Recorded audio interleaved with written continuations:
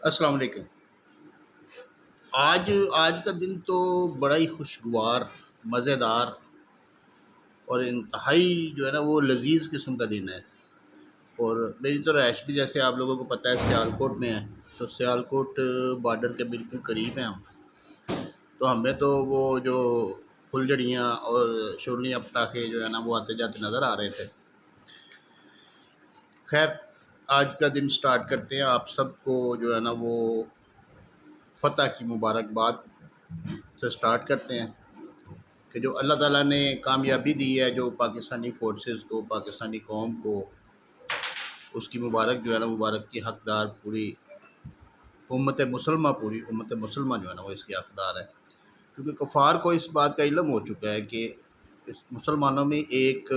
ملک ایسا ہے جو صرف دفاع نہیں کرتا بلکہ ریٹیلیٹ کرتا ہے اور آگے سے حملہ بھی کرتا ہے۔ افغانستان کی جنگ ہوئی طالبان کی، تو امریکہ نے اٹیک کیا تو طالبان نے آگے سے دفاع کیا،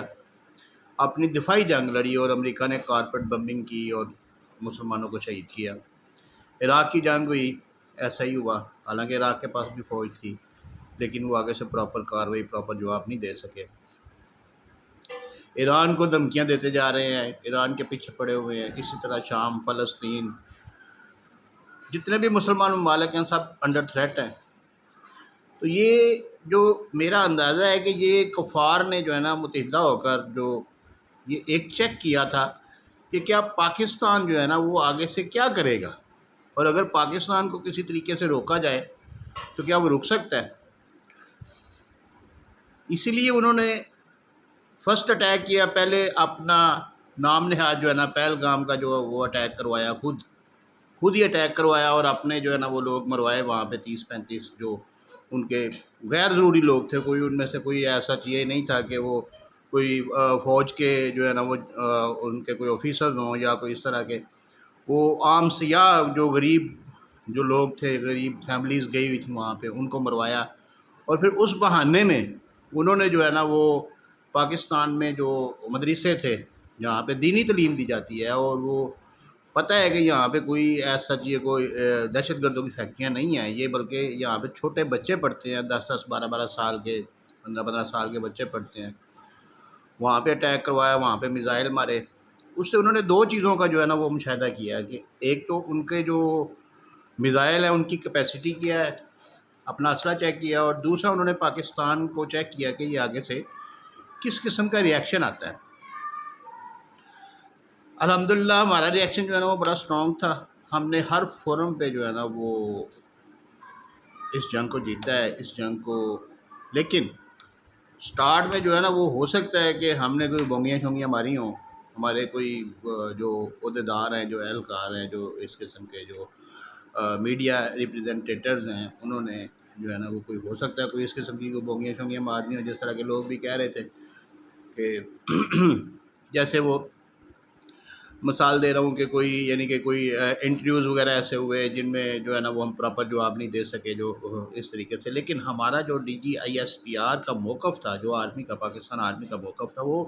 پہلے دن سے اسٹرانگ تھا کہ ہم نے جو کارروائی کرنی ہے وہ ہم نے اپنی مرضی سے، اپنے ٹائم کے مطابق اور اپنے پلان کے مطابق کرنی ہے، اور ہمیں بتانے کی ضرورت نہیں ہے، دنیا کو خود ہی پتہ چل جائے گا۔ اور کل رات کو جو ہم تو سیالکوٹ میں ہمیں پتہ چل رہا تھا کہ ادھر سے وہ اوپر سے گزر کر جا رہے تھے، کوئی ڈرون جا رہے تھے، کبھی کوئی وہ یعنی کہ شورنیاں پٹاخے جو ہم ان کو کہتے ہیں، ہم تو دیکھ رہے تھے چھت پہ چڑھ کے، تو وہ جو گزر رہے تھے تو وہ جو پتہ چلا کہ وہ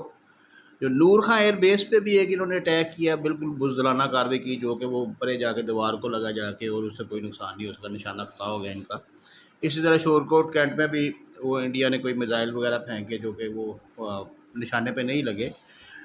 تو لیکن اس وقت یہ ضروری ہو گیا تھا پھر کہ اب انڈیا جو ہے نا وہ جو ہماری جو مین پوائنٹس ہیں، جو آرمی کی تنصیبات ہیں جو ہماری، ان کو جو ہے نا وہ نقصان پہنچانا چاہ رہا ہے، تو ضروری ہو گیا تھا کہ اس کا پھر ریٹیلیشن جو ہے نا وہ ہو۔ لیکن الحمدللہ ہمارا جو ہماری جو فوج ہے، انہوں نے جو